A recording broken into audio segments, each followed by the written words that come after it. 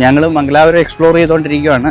മാൽപ്പേ beach എന്ന് പറഞ്ഞ ഇത് വന്നു. ഇവർ അത്യാവശ്യം ഒരു ടൂറിസ്റ്റ് പ്ലേസ് ആയിട്ട് തന്നെയാണ് തോന്നുന്നത്. ഒത്തിരി ആൾക്കാരും കടകളും പിന്നെ തൊപ്പിയും അങ്ങനെയുള്ള കടകളും പരിപാടിയൊക്കെ ആയിട്ട് മുന്നോട്ട് പോയിക്കൊണ്ടിരിക്കും. എന്നോട് വന്നപാടെ അതിഥി ദേവോ ഭവ എന്നല്ലേ നമ്മുടെ കൾച്ചർ എന്നൊക്കെ പറഞ്ഞ് Xi also got the same. നമ്മളെ എല്ലാ സ്ഥലങ്ങളും കാണിക്കണം എന്നുള്ള ആഗ്രഹമാണ് പുള്ളിക്കാരിക്ക്. അപ്പം ഞങ്ങൾ ഇവിടെ മാൽപ്പേ ബീച്ച് വരെ വരാമെന്ന് പറഞ്ഞു. അങ്ങനെ ഇവിടം വരെ വന്നേക്കുവാണ്. എനിക്കറിയാം ഇവിടെ ഒരു സെന്റ് മേരീസ് ഐലൻഡ് ഒക്കെ ഉണ്ട്. അപ്പം ഞങ്ങൾക്ക് സമയമില്ലാത്തതുകൊണ്ട് ഞാൻ അതൊന്നും എക്സ്പ്ലോർ ചെയ്യുന്നില്ല. അവിടെ ഒരു ഹൈ ടൈഡ് വരുമൊക്കെ ചെയ്യുമ്പോൾ ഒരു ഐലൻഡിൽ പോകുന്നതൊക്കെ ഞാൻ കേട്ടിട്ടുണ്ട്. എനിക്കറിയാം നിങ്ങൾ ഇവിടെയൊക്കെ യാത്ര ചെയ്തിട്ടുള്ളവരാണെങ്കിൽ അറിയായിരിക്കും. ഞങ്ങൾക്ക് ടൈം ലിമിറ്റേഷൻ ഉള്ളതുകൊണ്ട് എനിക്ക് എൻ്റെ വീട്ടുകാരെ കാണാനുള്ള കൊതിയുള്ളത് കൊണ്ടൊക്കെ ഞാൻ ഇച്ചിരി റഷ് ചെയ്യിക്കുവാണ്. സത്യം പറഞ്ഞാൽ കുഴപ്പമില്ലാത്തൊരു ബീച്ചാണ്, നല്ല നീറ്റ് ആൻഡ് ക്ലീൻ ആയിട്ടുള്ള ബീച്ചാണ്. ഞാൻ ജസ്റ്റ് അതുകൊണ്ട് ഞാൻ നിങ്ങളെ കാണിക്കാം. ഓക്കെ, കൊയറ്റാണ് അത്യാവശ്യം ഉണ്ടോ.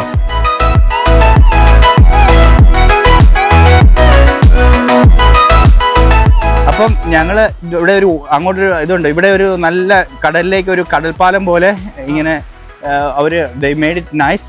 അപ്പോൾ എൻ്റെ കൂടെ മനോജ് ബ്രോയുടെ കസിനും ഉണ്ട്. Your name? സുദർശനുണ്ട്. പുള്ളിയാണ് ഇന്നലെ ഞങ്ങളെ എയർപോർട്ടിൽ നിന്ന് പിക്ക് ചെയ്യുകയൊക്കെ ചെയ്തത്.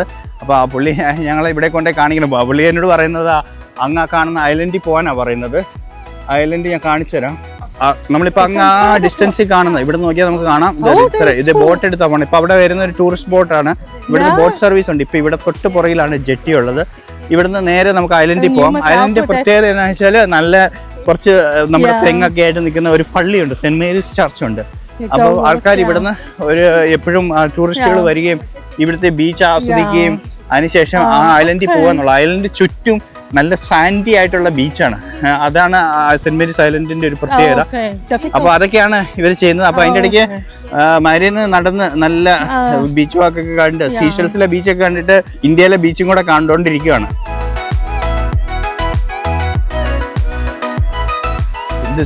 That's St. Mary's Island apparently. Then the people go there as a tourist. And there's a church and a few coconut trees and everything. But seashells, yeah, we also got not seashells like beaches, but you know we also do have a little bit. Yeah, no, that's it. Yeah. But she's very manly built. Manly built. Oh. Yeah, because hard working woman, man. Look at her legs. Then I must say you also hard. No, we can't. The audio. Yeah, don't say it. That yeah. Okay. Now you give me a narration. What you see here? There is St. Mary's Island. And what about the statue? Statue is the man with the spear. He catches the fish. The woman sells the fish, and the child is just along for the ride. I'm very sorry to say it's an handicapped child because he doesn't have the. No, the one arm is off. One arm is off, but. അപ്പോൾ ഇതൊക്കെ phishing ബോട്ടുകളാണ്. Phishing ബോട്ടുകൾ ഇവിടെ വേറൊരു പ്രത്യേകത എന്ന് വെച്ചാൽ ഇവിടെ ഒരു പ്രോസസ്സിംഗ് യൂണിറ്റ് ഉണ്ട്. ഈ ബീച്ചിനോട് ചേർന്ന് തന്നെ ഒരു പ്രോസസ്സിംഗ് യൂണിറ്റ് ഉണ്ട്.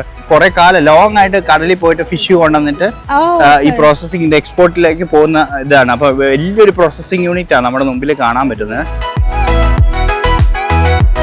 അപ്പോൾ നമ്മൾ ഇങ്ങോട്ട് വരുമ്പോൾ തന്നെ കാണാൻ പറ്റുന്ന ഒരു യക്ഷഗാനത്തിന്റെ മോഡൽ. കർണാടകയുടെ ഒരു നാഷണൽ ഒരു ഈ മാംഗ്ലൂർ സൈഡിൽ യക്ഷഗാനം എന്ന് പറഞ്ഞിട്ടൊരു നമ്മുടെ കഥകളിക്ക് സമാനമായിട്ടുള്ള ഒരു ഇതുണ്ട്. അപ്പോൾ അതിൻ്റെ ഒരു സ്റ്റാച്ചു ഒക്കെ ഇവിടെ വെച്ചിട്ടുണ്ട്. അവരുടെ ട്രഡീഷൻ ഓർപ്പിക്കാൻ, അവരുടെ കൾച്ചറിന്റെ ഒരു മെമ്മറിക്ക് വേണ്ടിയൊക്കെ വെച്ചേക്കുന്നു.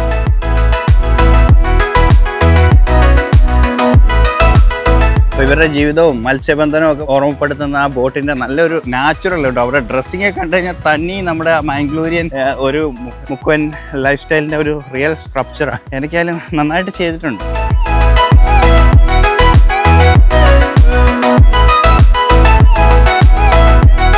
Marian, what do you want to buy? Sorry. Yeah. We're going to get sari now. ഞങ്ങള് ഇവിടെ ഉടുപ്പിയില് ജയലക്ഷ്മി സിൽക്സിൽ വന്നേക്കുക. പുള്ളിക്കാരിക്ക് സാരി വേണമെന്ന് പറഞ്ഞു. അപ്പൊ കോസ്റ്റ്യൂംസ് ഒക്കെ. അപ്പൊ അതൊന്ന് മേടിക്കാൻ. Thank you.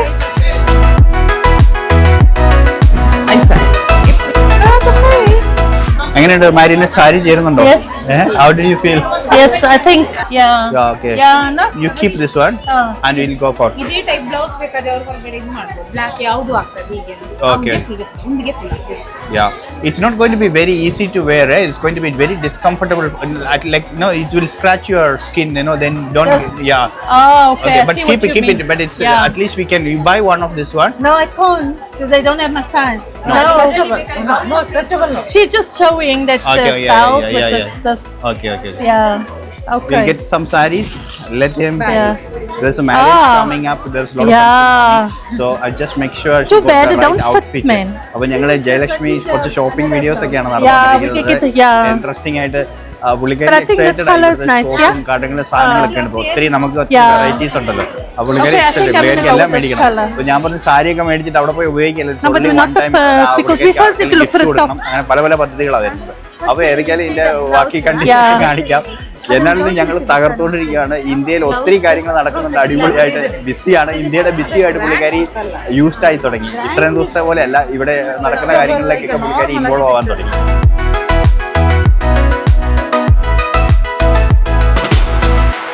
കല്യാണമൊക്കെ വരുന്നുണ്ട് അപ്പോൾ എൻ്റെ ഒരു കേരള ഒരു കല്യാണം കൂടണമെന്നുണ്ട് അപ്പോൾ ഡാർലിയുടെ എൻ്റെ കസിൻ്റെ ഒരു കല്യാണമുണ്ട് അപ്പോൾ കല്യാണത്തിന് ഡ്രസ്സൊക്കെ എടുക്കണമായിരുന്നു അപ്പോൾ ഞങ്ങൾക്ക് കുറച്ച് ഷോപ്പിംഗ് ഒക്കെ ചെയ്യണമായിരുന്നു അപ്പോൾ അതൊക്കെ കഴിഞ്ഞു അപ്പോൾ ഇനി എനിക്ക് വീട്ടിലെത്താനുള്ള തിരക്ക് കേരളത്തിലേക്കുള്ള യാത്ര മുന്നോട്ട് പോകുന്നു അപ്പോൾ ഞങ്ങൾ ജസ്റ്റ് വെയിറ്റ് ചെയ്യുവാണ് ഇപ്പം ഞാൻ നിൽക്കുന്നത് നമ്മുടെ ജയലക്ഷ്മി സിൽക്സ് അതിൻ്റെ ഉടുപ്പിയിലാണ് നിൽക്കുന്നത് എനിക്ക് വേറെ എന്നെ ഏറ്റവും ഇൻട്രസ്റ്റിംഗ് ആയിട്ട് ഞാൻ അവിടെ ഇരുന്ന് കാണുന്ന ഒരു വീഡിയോസുകളാണ് യൂട്യൂബ് വീഡിയോസാണ് നാട്ടിലെ ഹൈവേയുടെ വർക്കുകൾ എനിക്ക് ഈ റോഡിനോടും യാത്രകളോടും ഒത്തിരി ഇഷ്ടമുള്ള ആളായതുകൊണ്ട് നമ്മുടെ റോഡുകളൊക്കെ ഈ പറയുന്ന സ്റ്റാൻഡേർഡിലേക്ക് വരുന്നതും അല്ലെ 6 ലൈനൊക്കെ ആവുന്നതൊക്കെ ഞാൻ എക്സൈറ്റഡ് അപ്പോൾ ആ റോഡിലൂടെ എനിക്ക് വണ്ടി ഓടിക്കാൻ ഞാൻ എക്സൈറ്റഡ് ആണ് ഞങ്ങളുടെ കാസർഗോഡ് സൈഡ് തലപ്പാടി തൊട്ട് കാസർഗോഡ് സൈഡിലേക്കുള്ള പണികളൊക്കെ ഏകദേശം 90% ഒക്കെ കഴിഞ്ഞെന്നാണ് കാണിക്കുക അപ്പോൾ നമുക്ക് അതിൻ്റെ കുറച്ച് വീഡിയോസൊക്കെ എടുക്കാം അപ്പോൾ അങ്ങനെ നാട്ടിലേക്ക് എത്തുന്ന വീഡിയോസൊക്കെ ആയിട്ട് നമുക്ക് മുന്നോട്ട് പോകാം അപ്പോൾ അത് പറഞ്ഞു നിൽക്കുമ്പോൾ നമ്മുടെ വണ്ടി എത്തി അപ്പോൾ ഞങ്ങൾ കുറച്ച് shopping where our shopping bag yeah here's a shopping bag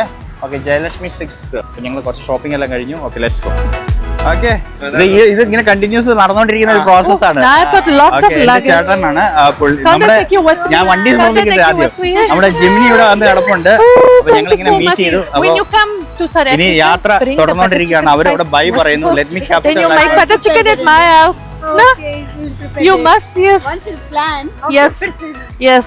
Anita, nice meeting you. Thank you for hosting us. Okay, we'll see you again. Bro, bye. Everything out now. Take this side. I'll take that one. We can keep the small one in the front. അല്ലേ small one ഒരെണ്ണം മുമ്പിൽ വെക്കാം അല്ലേ അത് നിർത്തി വെക്കാം അവിടെ ഒരെണ്ണം മാത്രമേ ഉള്ളൂ ഇനിയിപ്പോ ഒരെണ്ണം ഉള്ളൂ അതിന്റെ ഇടയ്ക്ക് വേണമെങ്കിൽ so Marian video say bye Thank you. Bye. Yes, I survived. You survive. Oh, almost. Come, get in. Yeah. Now this is going to be our, travel partner. Sit forward. Bye, yeah. Yeah, I will send all the photo. Oh, yeah. I will share the videos now, so then you get an exact idea. He's asking. Yeah. Definitely, I will say. Let me go. Bye, darling. Bye. Okay, bye. Bye.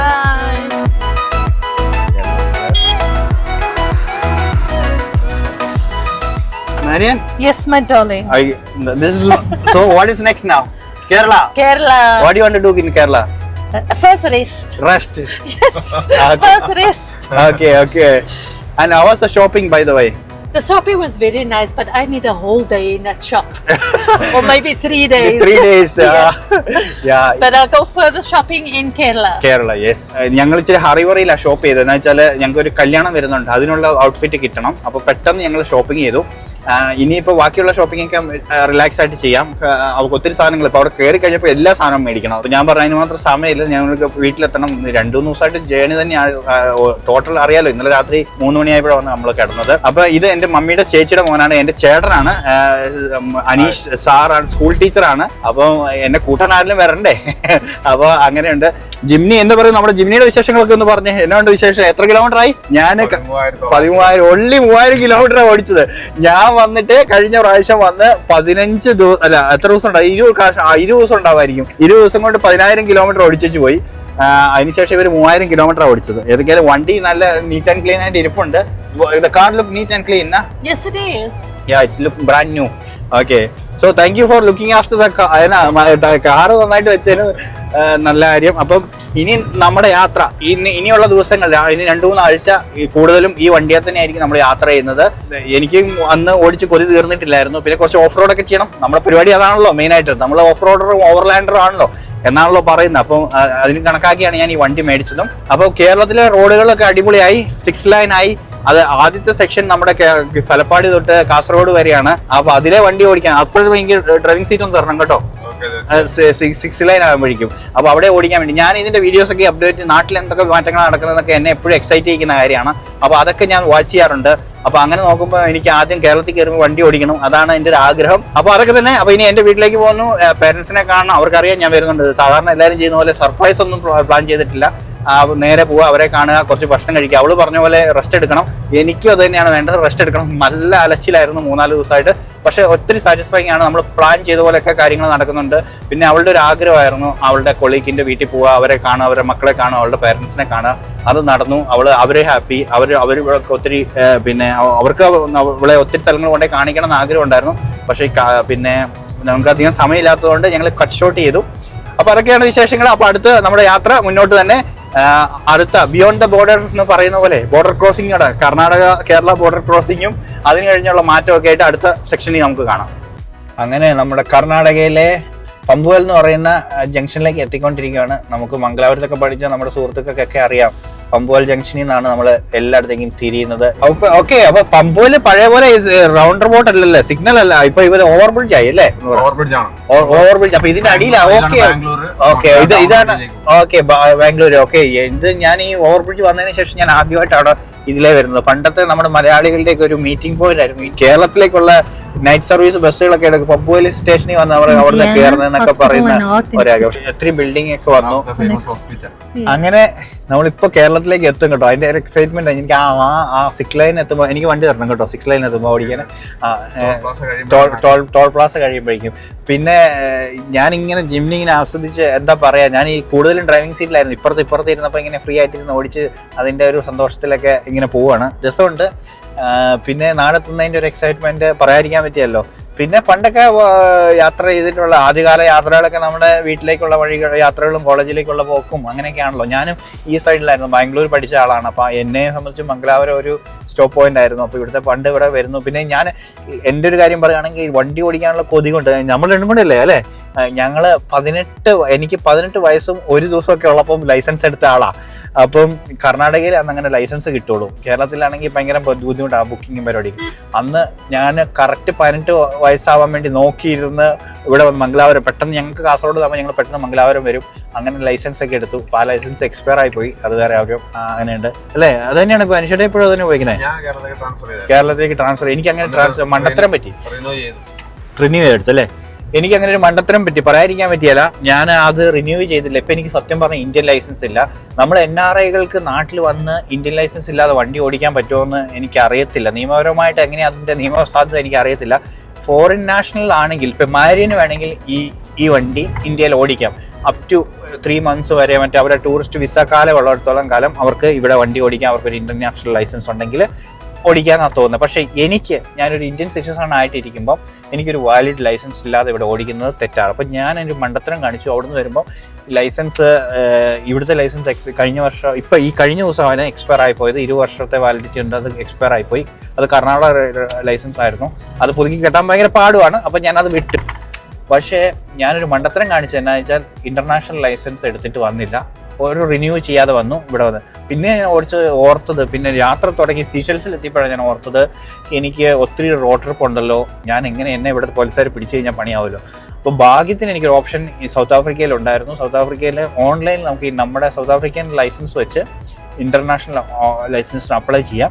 അങ്ങനെ അത് എനിക്ക് apply ചെയ്തു. Within 8 hours മറ്റോ അത് issue ചെയ്ത് അവർ വീട്ടിലേക്ക് അയച്ചും തരും. പക്ഷേ ഒരു പ്രശ്നമുണ്ട്, ഞാൻ അവിടെ നിന്ന് പോന്നു കഴിഞ്ഞപ്പോൾ ആ സാധനം ഇവിടെ കിട്ടണ്ടേ. അപ്പോൾ ഭാഗ്യത്തിന് ഇപ്പോൾ മലയാളികൾ ആരൊക്കെയോ അവിടെയുള്ള മലയാളികൾ കമ്മ്യൂണിറ്റിയിലൊക്കെ ഞാൻ കോൺടാക്ട് ചെയ്ത് കഴിഞ്ഞപ്പോഴേക്കും അവിടെ നിന്ന് വരുന്ന ഒരാളുടെ ഞാൻ കൊടുത്തു വിട്ടു. അപ്പോൾ അങ്ങനെ കൊടുത്തുവിട്ട് അതിപ്പോൾ ഈ ദിവസങ്ങളിൽ ഇവിടെ കിട്ടും. അപ്പോൾ പോലീസ് പിടിച്ചാലും ഞാൻ പറയാം, സാറേ എൻ്റെ കയ്യിൽ സാധനമുണ്ട്, ഞാൻ എൻ്റെ വൈഫ് എന്തെങ്കിലും എക്സ്ക്യൂസ് ഒക്കെ പറഞ്ഞു കള്ളത്തരല്ല ഞങ്ങൾ പറയുകയാണോ, ശരിയല്ലോ. അങ്ങനെ പറഞ്ഞു നിൽക്കുമ്പോൾ എൻ്റെ മുമ്പിലേക്ക് നമ്മുടെ ഫേമസ് ആയിട്ടുള്ള മംഗലാപുരത്ത് പഠിച്ചവർക്കായിരിക്കും ഇതൊക്കെ അറിയാവുന്ന കേട്ടോ. പക്ഷേ ഞാൻ അവരെ ഉദ്ദേശിച്ചൊക്കെയാണ് പറയുന്നത്, നേത്രാവതി പാലത്തിലേക്ക് കയറുവാണ്. നേത്രാവതി പാലം അതിന് വേറൊരു ഇൻട്രസ്റ്റിംഗ് ആയിട്ടുള്ള സ്റ്റോറിയും കൂടെ ഉണ്ട് കേട്ടോ. കോഫി ഡേ പാലം എന്ന് ഒരു പേരുണ്ട്, അതെന്നാൽ നിങ്ങൾക്ക് അറിയാമായിരിക്കും.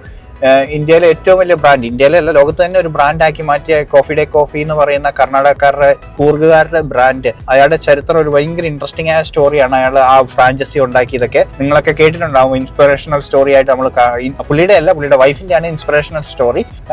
അപ്പൊ പുള്ളിക്കാരന് ഇവിടെ ഈ പാലത്തേന്ന് ഇപ്പൊ കാണുന്നില്ലേ, ഈ പാലത്തേന്ന് താഴോട്ട് ചാടി ആത്മഹത്യ ചെയ്യാണ്. പുള്ളിക്ക് ഒരു ഫൈനാൻഷ്യൽ ക്രൈസിസ് വന്നപ്പോൾ.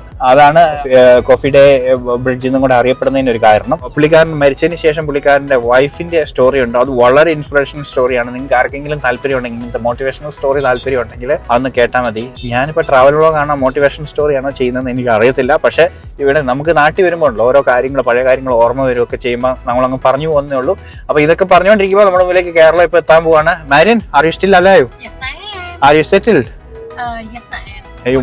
For now.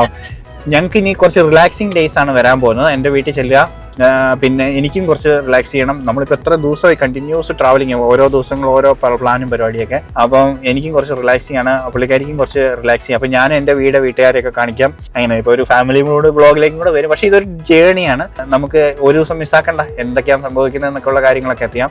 കേരളത്തിലുള്ള മാറ്റമൊക്കെ നമുക്ക് നോക്കി കാണാം കേട്ടോ. എന്നാ മാറ്റം വന്നേക്കുന്നത്, തലപ്പാടി അല്ലെങ്കിൽ കാസർഗോഡേക്കൊക്കെ നമ്മുടെ കേരളത്തിൽ വരാൻ പോകുന്ന ഹൈവേയുടെ മാറ്റങ്ങളൊക്കെ നമുക്കൊന്ന് നോക്കി കാണാം.